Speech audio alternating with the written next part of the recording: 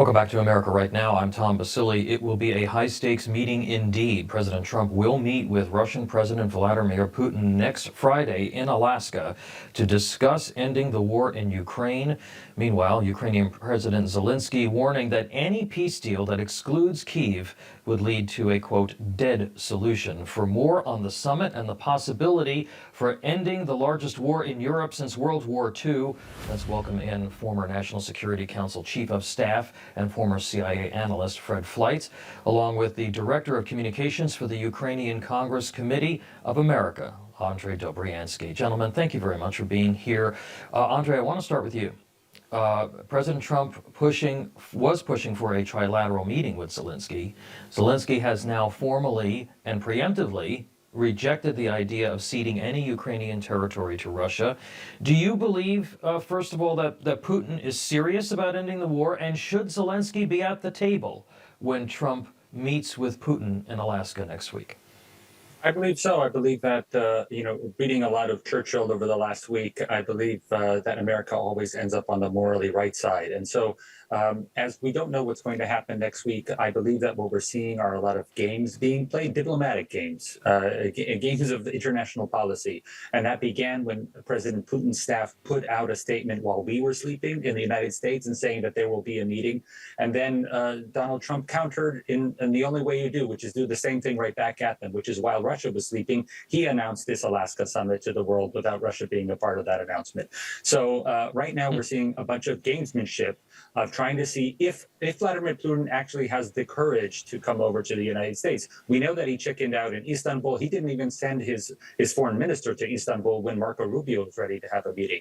So it still remains a question whether Russia has the fortitude to go forward with this. But in terms of the following questions of what ends up happening, what ends up being discussed, it seems as if the sources in Russia over the last 24 hours, the newspapers there, are saying that they have a completely different image of what they would like to discuss with Donald Trump. So again, let's focus on this being gamesmanship so far.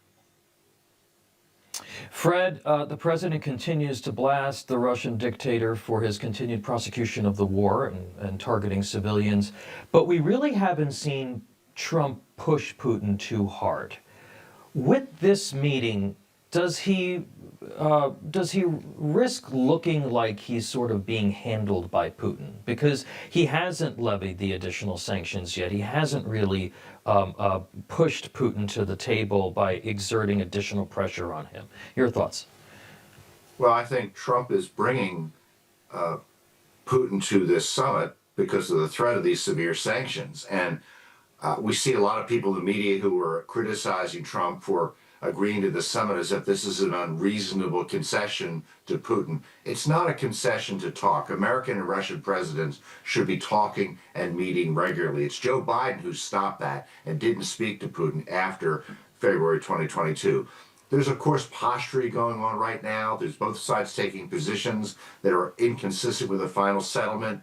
Well, look, the nature of negotiations is to bring two parties together and to bridge the gap. So if there is a settlement, it's going to be different from what we're hearing from both sides right now. But talk is good, negotiations are good, and if Putin doesn't deal, Trump's going to put some pretty tough sanctions on Russia.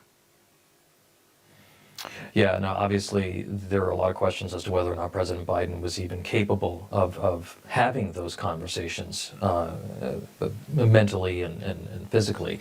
Andrij, the Kremlin has provided a list of demands for a potential ceasefire.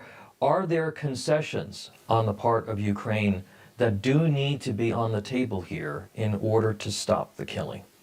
Well, there's going to be a lot of discussion about exactly what is being proposed. For instance, the language being used yesterday kept bringing up a land swap. However, as you rightly put forward, it sounds more like concessions. So a swap is 1 for 1. Here, it would be a concession of territory by Ukraine. This is what Russia is proposing in exchange for, we don't know yet exactly what would be agreed to. I think that when we're talking about maximum pressure, you sound like somebody like me who has read The Art of the Deal. And you know that Donald Trump doesn't walk into a room with somebody without having put on maximum pressure before you even begin the conversation. And that's why I'm curious, even though we didn't see any sanctions at the deadline yesterday, I'm curious to see if there would be something that that Donald Trump does right before the Alaska meeting? Is it a packet of additional military aid to Ukraine? Is it increased sanctions, as he's been wont to do with Brazil and other nations very quickly? I think that Donald Trump will want to put Putin on edge. Fred, let's talk about that, because Trump said that he would impose these secondary sanctions on countries that are aiding Russia, like India, for buying Russian oil. Can that strategy work in the short term, or does the president need to be even more forceful in some way in squeezing the Russian economy? I think the Russians were surprised when Putin talked about sanctioning India, because Trump has worked so hard to build a strong relationship with India. And the fact that Trump is prepared to at least temporarily hurt American relations with India to stop it from buying oil from Russia, which is financing the war. I think it was the right move. It's sending a message to India that they should not be helping finance the war. And look, I think that the demands by Russia are unreasonable, but they've changed. Originally, they wanted all lands along the whole front line. Now they're asking for lands in Luhansk and Donetsk. And look, Ukraine controls some of that territory. I don't see Ukraine giving that up. Maybe we'll be talking about freezing the battle lines of the current territory, and then we'll talk about the final solution in future negotiations.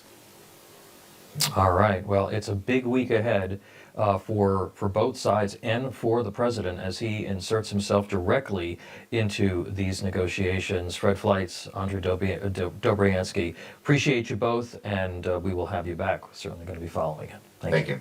Thank you.